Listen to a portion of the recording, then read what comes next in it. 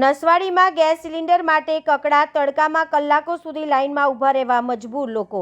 નસવાડી તાલુકામાં રાંધણ ગેસની અછત ગંભીર બનતા લોકો ભારે પરેશાનીનો સામનો કરી રહ્યા છે। કુબેર ઇન્ડિયન ગેસ એજન્સી બહાર વહેલી સવારથી જ ગેસ સિલિન્ડર લેવા માટે ગ્રાહકોની લાંબી કતારો જોવા મળી રહી છે।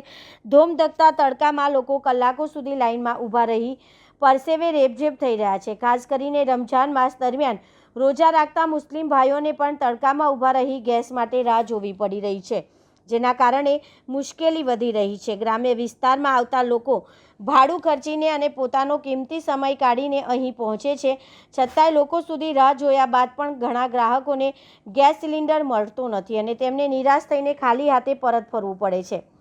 એક તરફ તંત્ર દ્વારા ગેસનો પૂરતો જથ્થો ઉપલબ્ધ હોવાના દાવા કરવામાં આવી રહ્યા છે, ત્યારે બીજી તરફ જમીન પર હકીકત તેની વિરુદ્ધ જોવા મળી રહી છે। ગ્રાહકોમાં ભારે રોષ જોવા મળી રહ્યો છે અને તેઓ સવાલ ઉઠાવી રહ્યા છે કે જો સ્ટોક પૂરતો છે તો આટલી લાંબી લાઈનો કેમ લાગી રહી છે। હાલમાં લોકોની મુખ્ય માંગ તો છે કે તંત્ર આ ગંભીર મુદ્દે તાત્કાલિક પગલાં ભરે અને ગેસનો પુરવઠો નિયમિત બનાવે, જેથી ગૃહિણીઓને રોજિંદા રસોડા માટે તકલીફોનો સામનો ન કરવો પડે। તમે જોઈ શકો છો આ લાઈન પડી છે બોટલની, બહુ અછત છે બોટલની આગળ અને પબ્લિક હેરાન છે। બોટલ મળે એવું પોઝિશન નહીં, બસ 1 કલાકથી ઊભા રહે છે અહીં।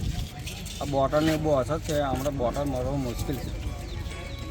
કેટલા કલાક થવા તો કલાકથી કેટલી મોટી લાઈન છે? બહુ મોટી લાઈન છે, તમે જોઈ શકો છો પબ્લિક કેટલી હેરાન છે। શું નામ? જયપાલથી રાઠોડ।